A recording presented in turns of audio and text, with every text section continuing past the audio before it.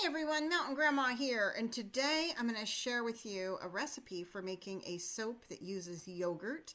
And the recipe came from this Milk Soaps book written by Anne-Marie Fayola. She is also the owner of brambleberry.com.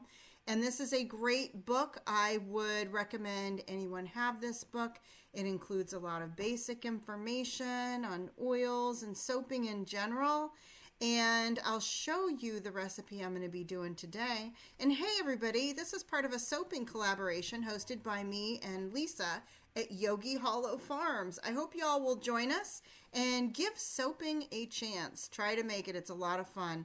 I'm doing this Shea and Aloe soap with yogurt today, and here's all of the ingredients that I'm going to be using. And I also want to share with you the basic supplies that we need to get started. All right, so you want to have your personal protective equipment, gloves, mask, and goggles, because you're going to be dealing with lye. And you can see I cover my entire countertop with a cardboard box that's broken down too. Makes for easier cleanup. I've got my spatula there, and I've got a digital scale to weigh out my oils that I did ahead of time and butters, and have those all melted and ready to go. There's another like wood stirring stick, my soap mold, sodium hydroxide flakes for your hard bar of soap. And then also you want to be prepared to add in your fragrance oil blend. I've got my mixer here that's ready to go, and you're also going to need some sort of thermometer. I've got this digital thermometer here that works great for making soap and candles, by the way. So this is everything that I'm using. Now let's go ahead and get started. All right, now here you see me measuring out my distilled water. You do want to make sure you're using distilled water for your lye and water mixture. And I'm going to measure out the lye separately, and you'll see that. And then I add the lye to the water. You never want to add water to the lye. You want to add the lye to the water. And you'll see me doing that here. It is going to heat up quite a bit. After I get this all mixed up, I take it outside and I just let it sit out on my porch so it can air out and cool off better. So for my scent, this bar, I'm not going to use any colorant. I'm just going to let it be white. It's Shea and Aloe with yogurt, which sounds amazing. And for my scent, the recipe suggested ylang ylang, but I don't have any of those essential oils. And then it gave me 1.7 ounces of a fragrance oil would be fine. I'm doing a blend of this scent called Blue Spruce. And I'm blending that with a scent called Snowman Poop. And this stuff is amazing. I love this. It's kind of like a pepperminty, eucalyptus, piney. It just smells amazing. It does not smell like cleaner. I feel like what I described. I'm going to share a tip with you guys.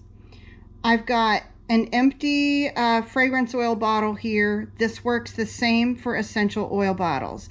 If you want to know an easy way to clean these, and I'm not kidding, I've done this a bunch of times, add in some Epsom salt to these containers. So hold on, let me do that and I'll be back with you. Now I've got this full of Epsom salt. Just put the lid on and let it sit. What's going to happen is it's going to soak up all of the oils and it won't be hard to clean. Then you can use this Epsom salt in a bath tea. So there you go, tip of the day. All right, here we go. You're going to see me adding the lye into the oils.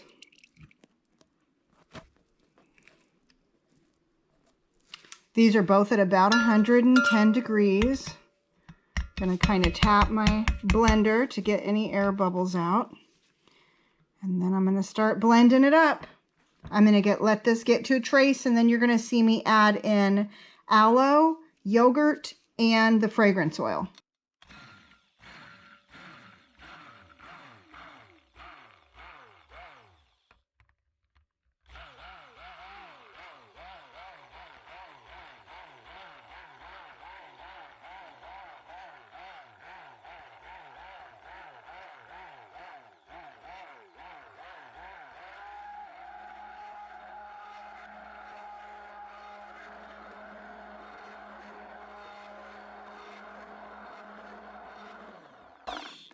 See that? This is going to trace really quickly. Okay, so at this point, I've got my fragrance oil I'm adding in.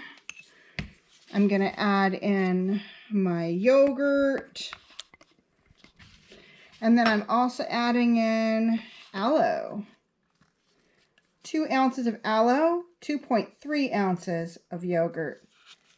This should be such a soothing and just make your skin feel wonderful kind of soap bar. All right, let me kind of mix this up. All right, now what you see me doing is just stirring and stirring. I'm not really turning the blender on because my soap is getting thick on me really quickly.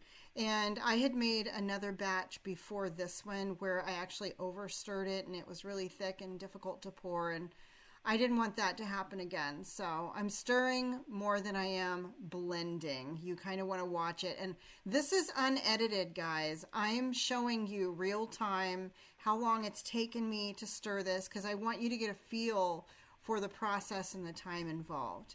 Now, one more thing I'm going to add in here, and I know I said I wasn't going to do a colorant, and I'm kind of not, but I kind of am, because I'm adding in white, because I want to make sure I have a whiter bar. So what I added in is a blend of 1 tablespoon of sunflower oil with 1 teaspoon of titanium hydroxide. So I'm pouring that in here, and I actually kind of feel like I wished I would have put a little bit more, but that's okay.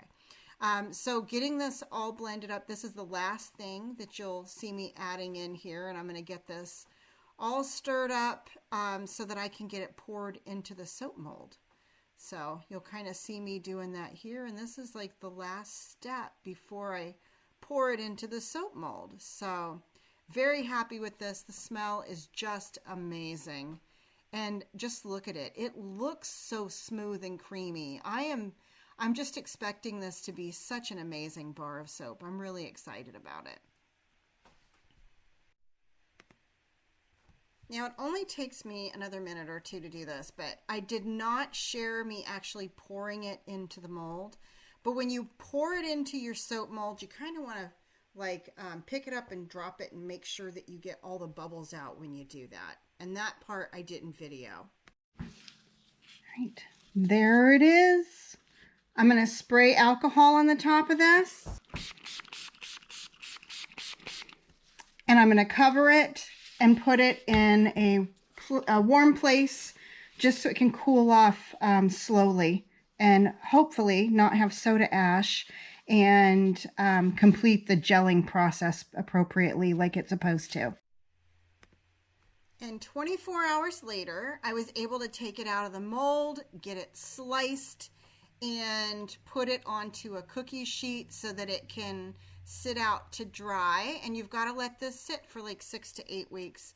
You can see I've got, one of these has a little hole. See if it comes to show that. I think it was towards the bottom, which means I should have plopped it up and down a couple more times. Got a little air bubble in there, but I'm super happy. Hope y'all enjoyed it, and I hope that you will join us in the soaping collaboration. Just tag me and Lisa over at Yogi Hollow Farm.